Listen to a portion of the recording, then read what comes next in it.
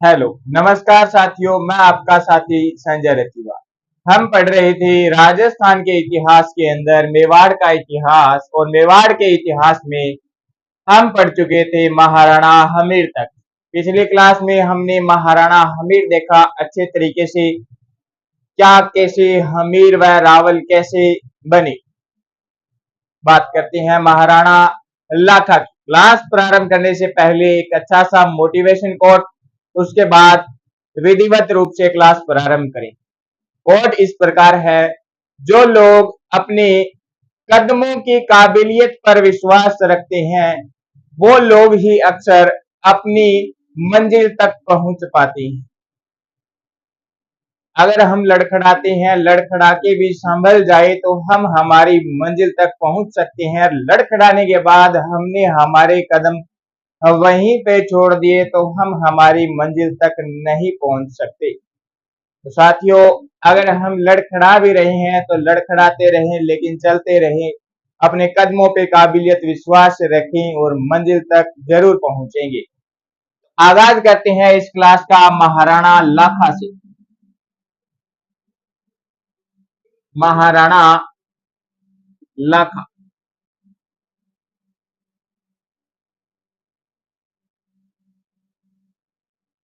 महाराणा लाखा का नाम था लक्ष्य सिंह।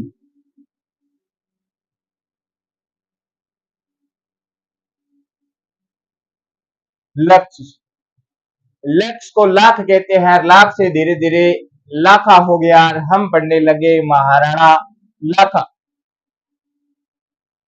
इनका जो टाइम पीरियड मिलता है वो मिलता है 1382 ईस्वी से 1421 ईस्वी तक। महाराणा लाखा का शासनकाल रहता है 1382 से 1421 ईस्वी तक। कल हम हमीर पढ़ रहे थे तो मैंने आपको बताया, हम जो भी टॉपिक पढ़ते हैं हमें उसके बारे में पता होना चाहिए कि हमें इसके अंदर पढ़ना क्या क्या है। तो हम महाराणा लाखा के अंदर देखेंगे कि महाराणा लाखा में हमें पढ़ना क्या है। महाराणा लाखा में 4 बात निकल के आती है जो हमें लाखा के अंदर पढ़नी है। पहला नाम है जावर। जावर के बाद में आता है पिछोला झील। पिछोला झील। पिछोला झील के बाद में बात करें तो एक नाम आता है कुंभाहाड़ा। कुंभाहाड़ा। और कुंभाहाड़ा के बाद नाम जो आता है वो आता है हंसाबाई। हंसाबाई। महाराणा लाखा के अंदर ये 4 बातें हैं जिनको हम अच्छे तरीके से पढ़ेंगे। तो सबसे पहले जावर लिखा, तो जावर पे ही चर्चा कर लेते हैं। महाराणा लाखा के शासन काल के अंदर जावर स्थान पे चांदी निकलना प्रारंभ हुई। चांदी निकलना,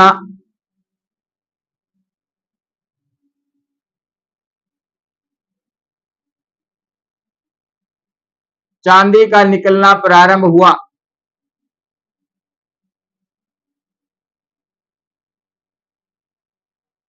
जावर क्षेत्र के अंदर खान से चांदी प्राप्त हुई, जिससे हम यह कह सकते हैं कि उस क्षेत्र की, उस एरिया की आर्थिक व्यवस्था है वो अच्छी होने वाली है। जी, जावर देख लिया। जावर के बारे में हम आगे और भी पढ़ेंगे। जावर का क्षेत्र किसे दिया गया, वो जैसे ही बात उस टॉपिक पे आएगी तब पढ़ेंगे। पहले पढ़ने से इस जावर के बारे में हमारी जो रुचि है वो खत्म हो जाती है। हम जब काल टाइम पढ़ रहे थे तब भी मैंने जावर की बात की थी।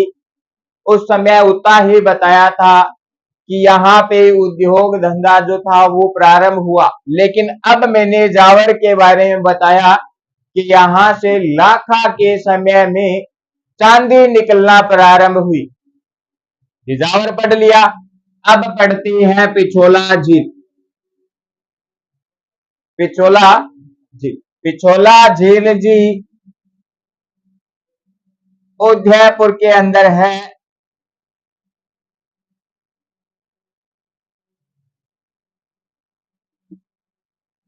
उदयपुर।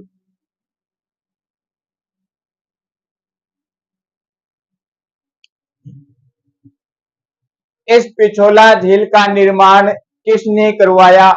ये हमें पता चलता है कि एक बंजारा था, उस बंजारे ने पिछोला झील का निर्माण करवाया था। बंजारे उन्हें कहते हैं जो घुमक्कड़ जाति के लोग होते हैं, घूम फिर के व्यापार करते हैं, उन्हें बंजारे कहा जाता है। वर्तमान समय में बंजारे की बात करें तो जिन्हें हम बाणिया कहते हैं, बाणिया लोग, वो बंजारे ही थे पहले समय। तो धीरे धीरे बंजारे से बाणिया बन गया, और बाणिया नहीं होता है, वैसे बणिया होता है। हम अपभ्रंश करते रहते हैं शब्दों के साथ, वो बणिये से बाणिया बना दिया। तो वर्तमान समय के जो बंजारे हैं वो कौन है? वो है जी बाणिया।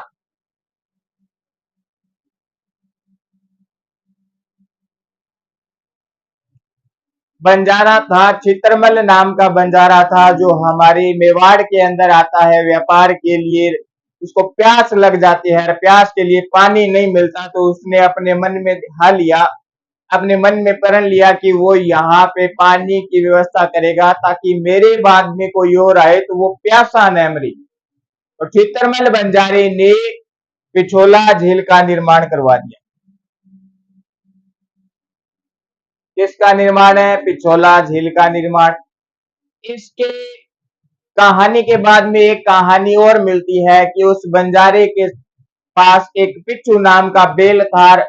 उस बेल की इस पिछोला स्थान पे मृत्यु हो जाती है, और उसने यहाँ पे उस बेल की स्मृति के अंदर झील का निर्माण करवाया, और उसे पिच्छू बेल के नाम पे पिछोला झील नाम दे दी।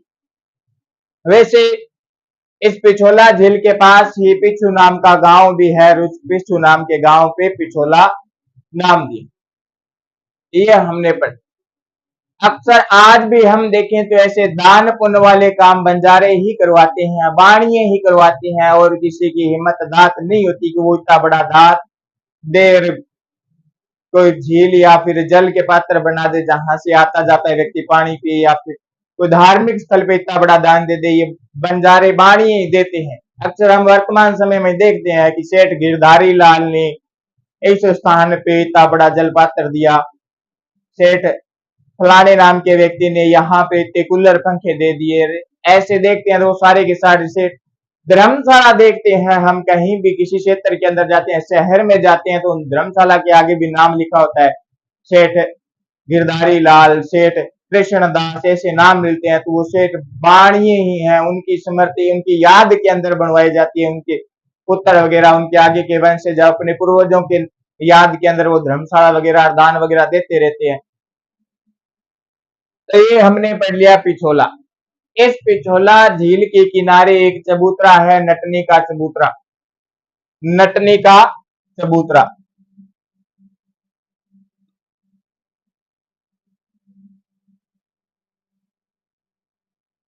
इस नटनी के चबूतरे की बात करते हैं। इसके ऊपर भी एक कहानी है। लाखा जी के अंदर हम देखें तो सारी कहानियां ही है, और उन कहानियों के माध्यम से हम पढ़ते हैं और हमें याद रहता है। तो नटनी के चबूतरे की कहानी है, वो सुनते हैं। क्या कहानी? नट होता है सर्कस करतब वगैरह दिखाने वाला। हम वर्तमान समय में देखते हैं बड़ी रोड के किनारे पे सर्कस दिखा रहे होते हैं, वो सारे के सारे नट होते हैं, जादूगर वगैरह, ये सारे नट होते हैं, इनको नट कहते हैं। पिछोला झील का निर्माण होने के बाद मेरे महाराणा लाखा के पास एक नट आता है, वो कहता है कि मेरे पास इतनी बड़ी काबिलियत है कि मेरी पत्नी जो पिछोला झील है ये काफी बड़ी है, इसको पार कर जाती है। ओ लाखा कहता है इसमें कौन सी बड़ी बात है, पिछोला झील तो कोई पार कर ले। नट कहता नहीं, ऐसे नहीं, मेरी जो पत्नी है पिछोला झील के दोनों साइड के अंदर पोल लगा के रस्सी बांध के उस रस्सी के ऊपर चल के आएगी, चल के पार करेगी। लाखा कहता अच्छा ऐसी बात है, हाँ तो फिर एक दो दिन लो और आप समय निकाल के तैयार हो, और हम इधर हमारे क्षेत्र में ऐलान करा देते हैं कि उस दिन जो नट की नटनी है वो पिछोला पार करेगी, वो जनता भी देखेगी कि रस्सी के ऊपर कैसे चल के आती है और कैसे पार करती है। ये बात होने के बाद लाखा कह भी देता है कि अगर तेरी नटनी पिछोला झील पार करती है तो मैं तेरे को आधा मेवाड़ दे दूंगा।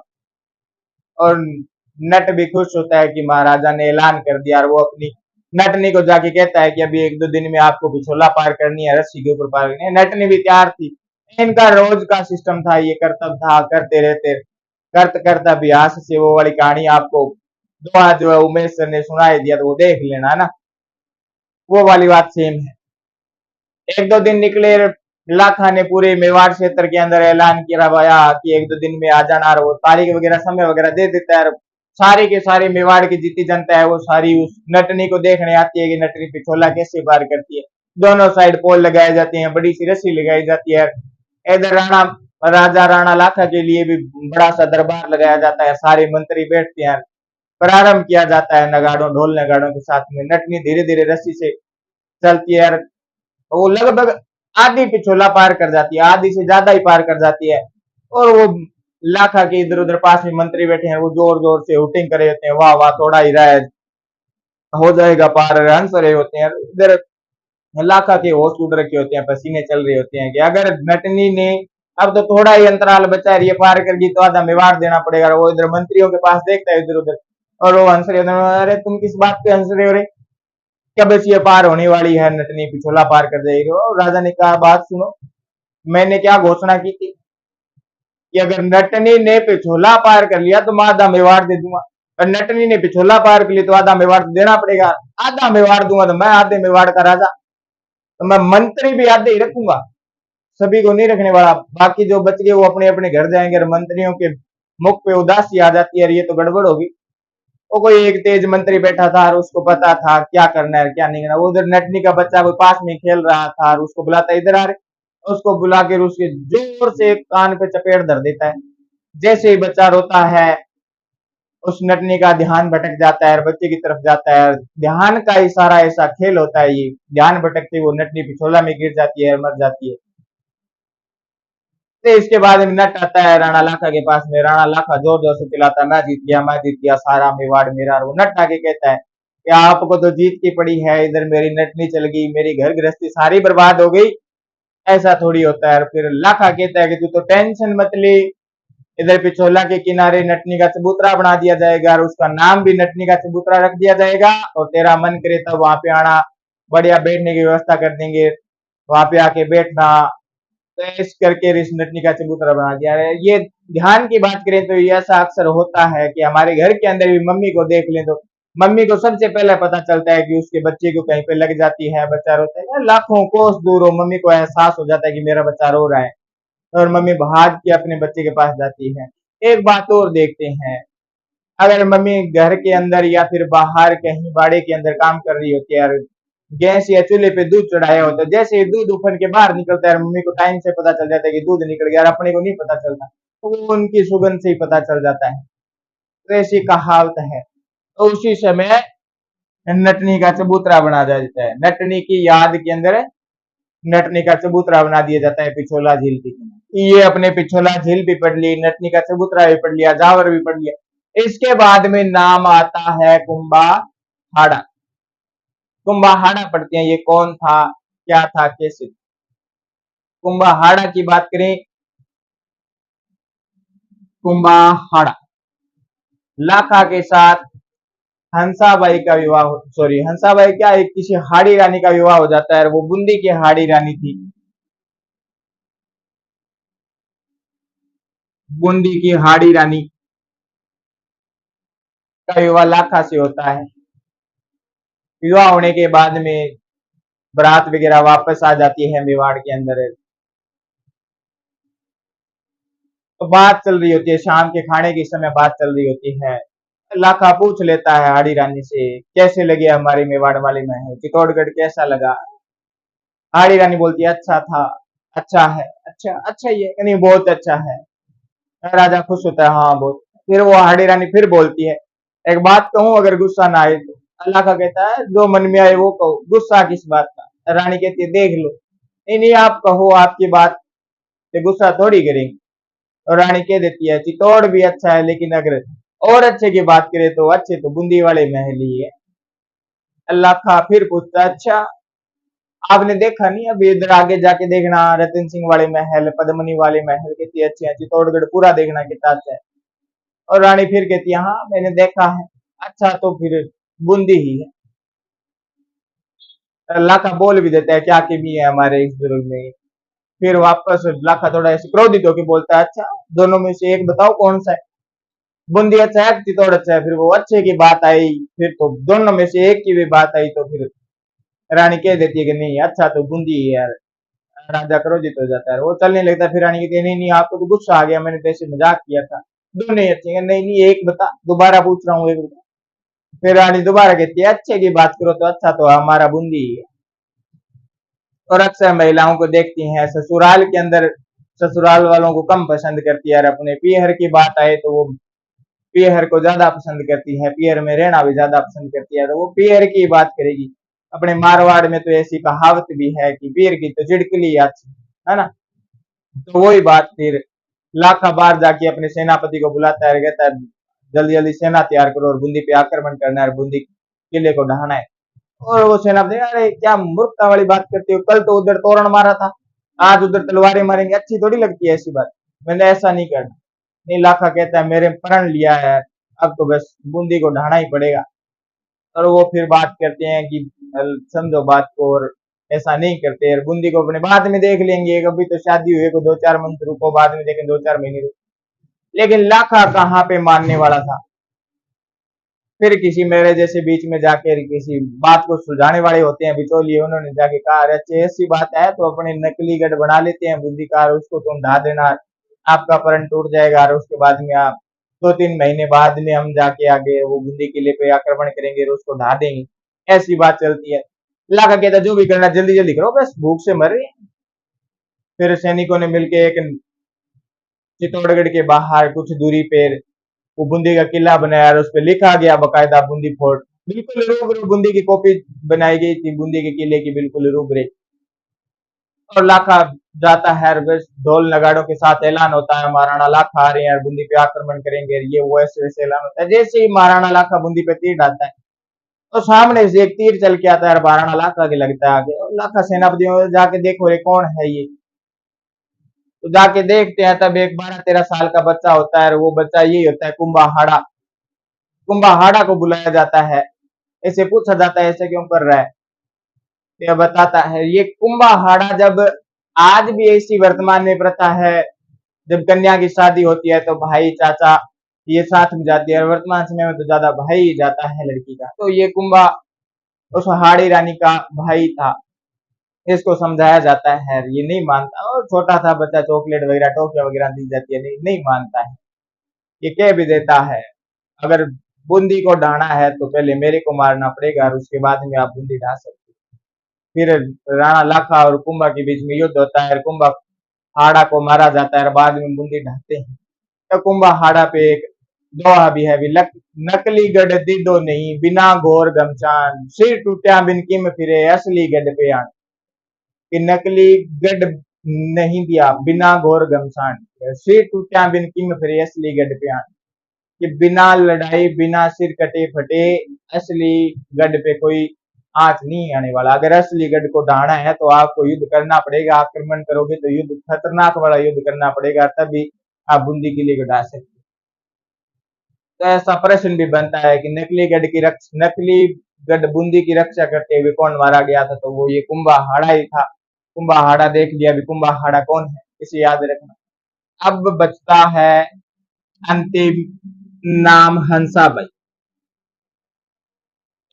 हंसाबाई कौन थी? ये भी एक कहानी है, लाखा में मैंने बताया सारी कहानियां ही है, उन कहानियों के माध्यम से हम याद करते हैं। हंसाबाई की बात करते हैं। हंसाबाई कौन थी, क्या कहानी है इसकी, वो पढ़ते हैं।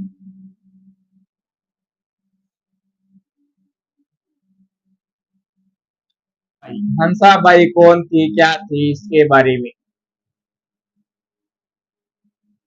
जैसे हम अभी मेवाड़ क्षेत्र पढ़ रहे हैं, वैसे ही एक क्षेत्र और था मारवाड़।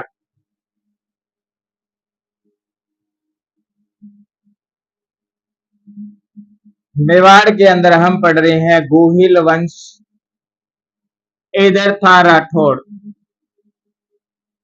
इधर राजा है जो है राणा लाखा,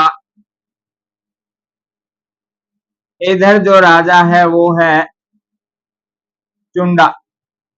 जैसे इधर राणा लगता है, महाराणा लगता है, वैसे इधर ये अपने नाम के आगे लगाया करते थे राव। इस लाखा का जो पुत्र राजकुमार है, वो राजकुमार तो है जी चुंडा। इधर जो मारवाड़ का राजा है वो है चुंगा राजा, और इधर वाला क्या है, राजकुमार, राज। इस रावचुंडा की जो पुत्री है वो पुत्री है हंसाबाई, जिसके बारे में हम अभी आगे पढ़ेंगे। इस हंसाबाई का पुत्र भाई है रणमल। हंसाबाई का भाई है रणमल।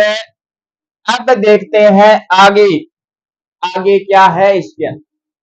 इधर रावचुंडा अपने पंडितों के, उस समय पुरोहित बोलते थे, उनको ये बात कहता है कि आप हंसाबाई के लिए योग्य वर देखें।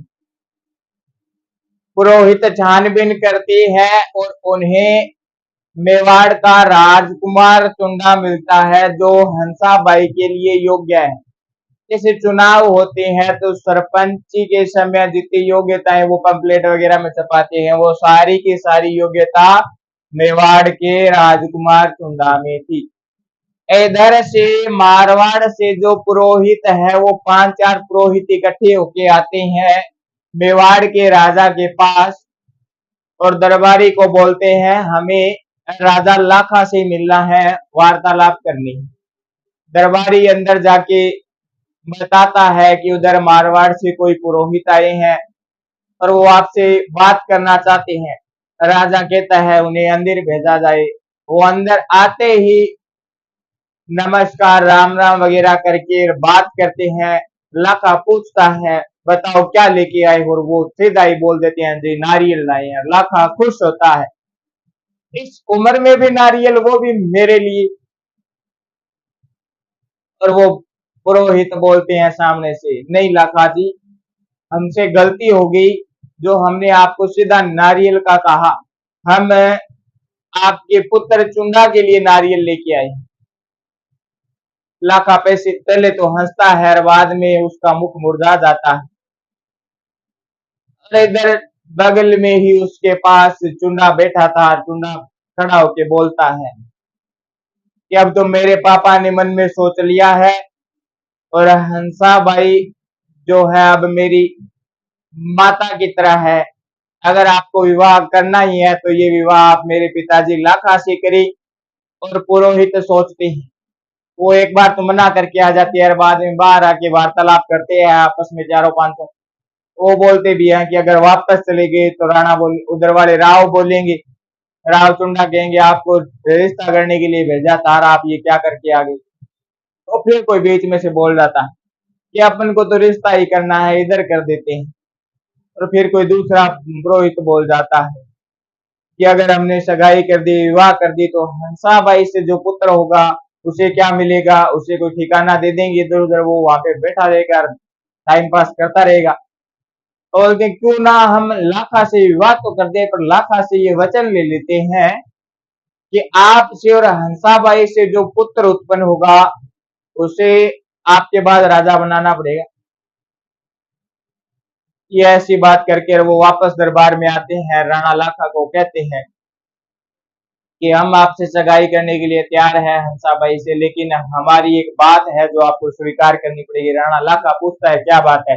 वो बताते हैं कि विवाह के बाद में जो आपसे और हंसाबाई से पुत्र उत्पन्न होगा वो ही आगे मेवाड़ का राजा बनेगा। और राव चुंडा बोल भी देता है कि ये बात है तो मेवाड़ का जो राजा है वो मेरा सौतेला भाई, मेरी सौतेली माँ का पुत्र ही बनेगा, मैं राजा नहीं बनूंगा।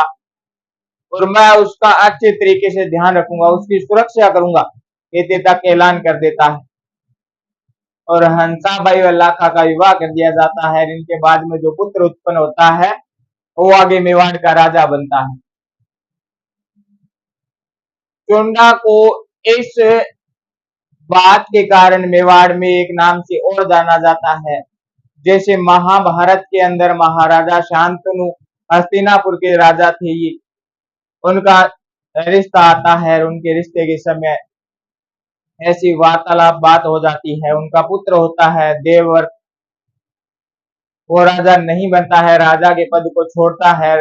बाद में वो उधर जिसकी तरफ से सगाई आती है वो बोलते भी हैं कि आप राजा तो नहीं बनोगे, लेकिन आपके बाद जो आपके पुत्र होंगे वो तो राजा के लिए लड़ेंगे, वो बाद में राजा तो वही बनेंगे। तो देवव्रत जो होता है उस समय वो एक ऐलान और कर देता है कि ऐसी बात है तो मैं आज के बाद शादी भी नहीं करूंगा, और उसने शादी भी नहीं की थी। तो महाभारत के अंदर विषम के नाम से जाना जाता था वो।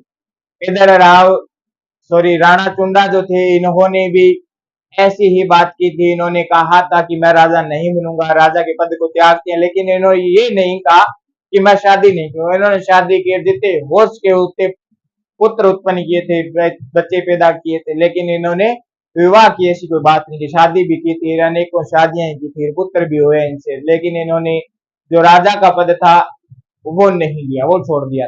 इसलिए इधर वाले अपने राजकुमार चुंडा को मेवाड़ का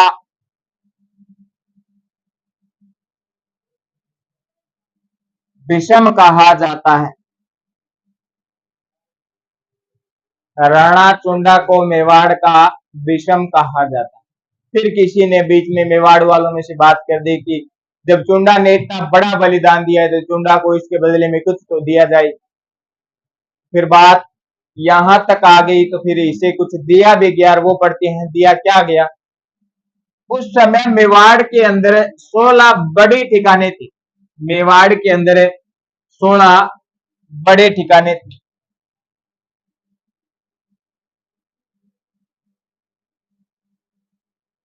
इन 16 बड़े ठिकानों में से जो सबसे बड़ा ठिकाना था वो था सलूम्बर का।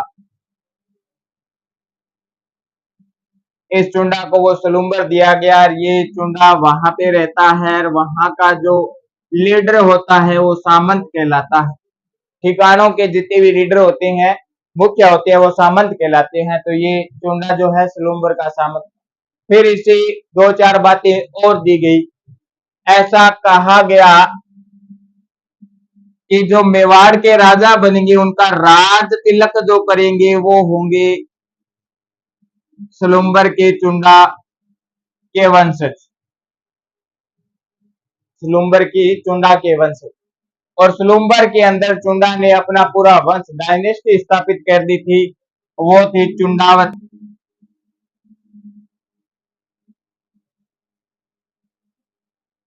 चुंडा का वंशज, पूरा का पूरा वंश चुंडावत कहलाता है।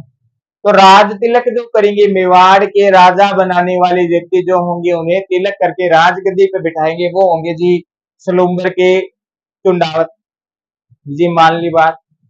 क्योंकि अभी लाखा का विवाह होता है हंसाबाई के साथ, उस समय चुंडा ही मेवाड़ का जो राजा है उसे निर्धारित करता है कि हंसाबाई व लाखा से जो पुत्र होगा वो ही आगे मेवाड़ का राजा बनेगा। इसलिए उन्होंने राज तिलक की जो व्यवस्था थी, राजा बनाने की जो प्रथा है, वो चुंडा को दे दी, और चुंडा के वंशज ही आगे राजा बनाते हैं।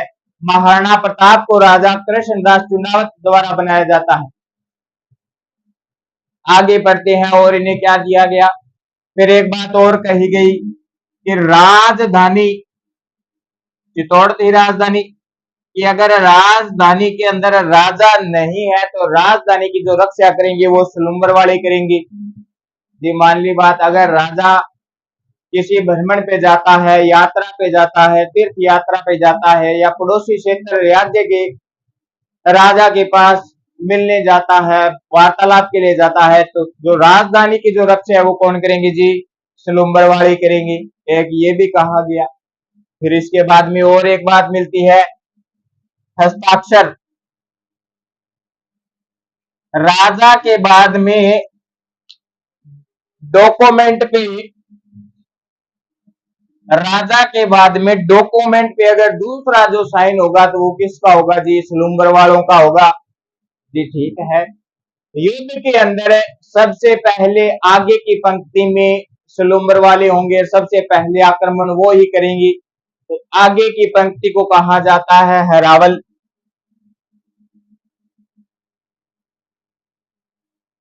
हरावल यानी युद्ध के अंदर जो सेनापति होंगे वो सलूम्बर वाले होंगे, चुंडा के वंशज होंगे, चुंडा के बाद में चुंडावत, जो भी चुंडावत होगा वो युद्ध के अंदर हरावल पंक्ति में रहेगा, सबसे पहले युद्ध में आक्रमण वो ही करेगा। जी ठीक है। अब आगे की पंक्ति की बात आ गई तो हमारे दिमाग में ये बात भी आ जाती है कि सर पीछे की पंक्ति क्या कहलाती है, तो युद्ध के अंदर जो पीछे की पंक्ति होती है वो कहलाती है चंदावल, आगे की पंक्ति हरावल और पीछे की पंक्ति चंदावल। ठीक है, सलूम्बर दिया गया था, इसके साथ 3 बड़े ठिकाने और दिए गए थे, वो भी देख लेते हैं। 16 में से पहली फर्स्ट श्रेणी के फर्स्ट ग्रेड जो ठिकाने थे वो 4 ठिकाने चुंडा को दिए गए थे। पहला तो था सलूम्बर, दूसरा था आमेट, आमेट के बाद में एक दिया गया बेगू, और एक था देवगढ़। सलूम्बर, आमेट, बेगू, देवगढ़, ये 4 जो ठिकाने हैं ये चुंडा को दिए गए थे।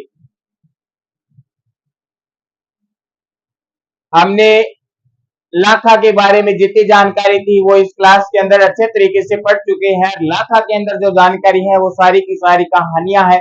कुंभाहाड़ा में मैंने बताया, कुंभाहाड़ा नकली गढ़ बूंदी की रक्षा करते हुए मारा जाता है। हंसाबाई की कहानी बता दी, हंसाबाई कौन थी, कहां से थी, पिछोला की कहानी बताई, जावर बता दिया। ये सारी की सारी जानकारी मैंने आपको इस क्लास के अंदर बता दी है। आज की क्लास को यही समाप्त करते हैं। आशा करता हूं आपको मेरी ये क्लास अच्छी लगी होगी। अच्छी लगी है तो लाइक करें, कमेंट करें और वीडियो को शेयर करें ज्यादा से ज्यादा संख्या में।